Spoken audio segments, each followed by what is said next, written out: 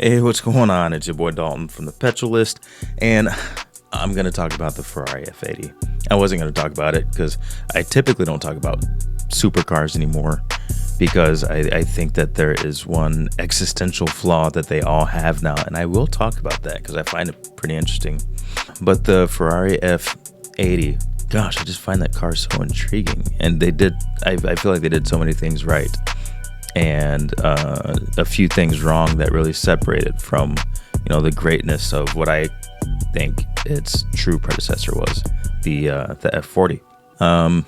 I didn't like the Enzo. I didn't like the look of the Enzo. I didn't like the look of the La Ferrari. I didn't like the look or the name of, was it the FKK? FX? I am probably saying some really bad internet stuff right now because I don't know what the terminology is for that car or for whatever it is I just said, but I didn't like it. I thought the La Ferrari was maybe one of the ugliest cars, short of the Pontiac Aztec, ever to be, created. And I know I'm the only one.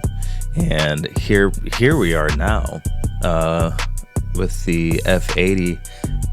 And surprisingly, I don't hate the design. I actually love the design. And that is because I think the design is pretty simple. A lot of supercars right now, I think have gotten away from beauty, from function, and have gotten into flash and pizzazz and all that kind of stuff. And despite what's going on under the skin of the F80, which is a lot, we'll talk about that. The outside, you're not going to mistake it for a grocery getter. Not anytime soon. It still looks very much supercar. It's just without some of the noise. A lot of the noise. And actually, I really appreciate that these days. All right, let's get into it. The Ferrari F80 is a 3-liter twin-turbo V6, and that V6 produces 888 horsepower by itself and 627 pound-feet of torque. In my mind, that's already supercar territory. That's well into supercar. That is faster than any of us actually need, even the people who will buy the F80. It's still faster than what they would ever need. But wait, there's more. So not only does the twin-turbo V6 produce 888 horsepower, they've also got 3 electric motors, which bumps it up to a complete system output of 1,184 horsepower. So there are 3 electric motors, 2 per front axle, so it can be all-wheel drive and torque vectoring and all that. And then there's 1 electric motor between the engine and the transmission. And another crazy fact about it is it produces 2,315 pounds of downforce at 155 miles an hour. That's nuts, because I doubt that this car weighs that much more than that. I should have looked that up, because now I doubt it does, but watch it be a porker. Watch it be like 4,000. Anyway, so I know that people are already up in arms about the F80's 3-liter twin-turbo V6. And, arguably, you could say that the new Nissan, what is it? The new Nissan Z, that's a twin-turbo 3-liter V6. So in terms of configuration, you might be like, well, that's just the same engine that's in a Nissan. And you would be correct. I'm not sure why they decided to go with the 3-liter V6. I think that I read somewhere that Ferrari is considering it its new flagship engine, the new main engine. And I can kind of see why they're doing that, because if countries are cracking down on internal combustion and all that crap, then yeah, you're going to be looking for some workarounds. And then also, what if it is a little bit of an homage to the Ferrari F40? So if you remember, that was a 2.9-liter twin-turbo engine, but it was a V8. And that one was good for 471 horsepower. So we're talking 888 horsepower from a twin-turbo V6 versus 471 horsepower from a twin turbo V8 of similar displacement. I mean, I say as if I had anything to do with it. Anyway, we've definitely moved on in terms of power output per displacement. Back in the 90s, I think it was late 80s, like 87 through 92 is when the F40 was produced. They produced, I want to say, 400 of them. It was $400,000 brand new. What's that in today's money? A lot. I would say a lot. $1.5 million. I'm too lazy to do a conversion by time. Maybe someone in the comments can do that. But the new one, the F80, is $3.1 million. So yeah, I would say a little bit more expensive. The F40 5-speed manual and the F80, I forgot. It's some dual clutch automatic. It's either got 8 speeds or 10 speeds, but it's automatic, so I don't really care. Here's the problem.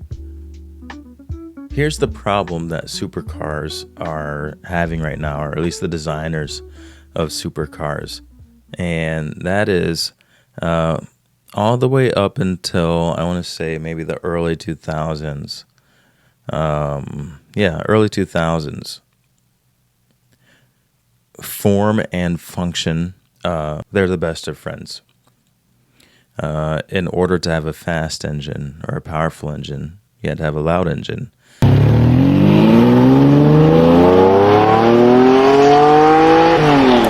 That's not the case anymore.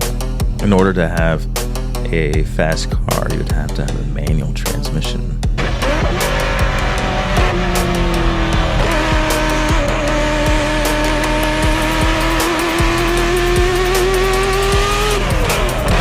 That's not the case anymore. In order to have a fast car, you'd have to have rear-wheel drive. That's not the case anymore. In order to have a fast car, you would have to make a light car.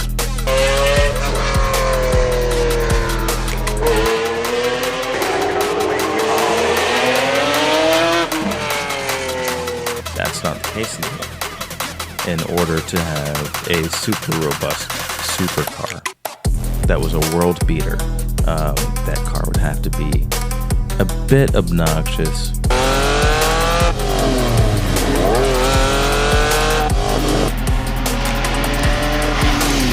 And it would have to be trying to kill you. That's not the case anymore. The irony, though, is that all those elements that you would think we as car enthusiasts would hate, you know, the loudness and the roughness and the difficulty to drive and all that, you would think that if someone could engineer those shortcomings out of supercars, oh, we would love it. And if someone could engineer in even more performance, faster, yeah, give me faster. You would think faster and quieter. Oh my gosh, you would think we were just winning. But we're not, we're losing. And it turns out that, you know, the form and function that used to be the bestest of best friends, they're now enemies. So the things that used to be true, the things that used to be inherent in order to make a supercar, are now things that kind of have to be reverse engineered back into the final product. Guys, we made this one too fast. We got to de-engineer it a little bit. The gear shifts are too fast. As a matter of fact, we don't even need gears anymore. We got to engineer those back in. Look at the, you know, electric cars that they're trying to give engine noise and engine shake and, you know, shift points and all that kind of stuff. Those are all imperfections. A vibrating engine is an imperfect engine. An engine that needs to shift is an imperfect engine, especially one that needs to be shifted manually. But that's what we love. So you divorce the form from the function, and you have a supercar that might be fast on paper, but it doesn't necessarily get everyone's blood flowing. So this is what I would do to kind of combat that.